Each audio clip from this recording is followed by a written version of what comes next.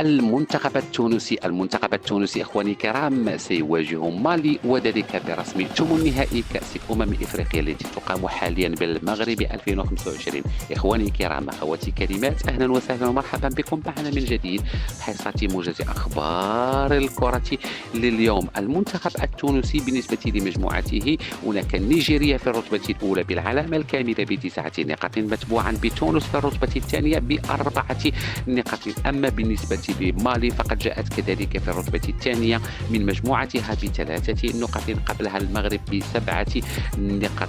وسيواجه المنتخب التونسي مع الماليين في قبل ذلك أخوتي أخواتاتي، إذا كنت جديد معنا في القناة ما تبخلش بالضغط على زر اشتراك، وخلوا لنا لايكاتكم وكذلك تفاعلكم مع هذه القناة المتواضعة، وخلوا لنا لايكات.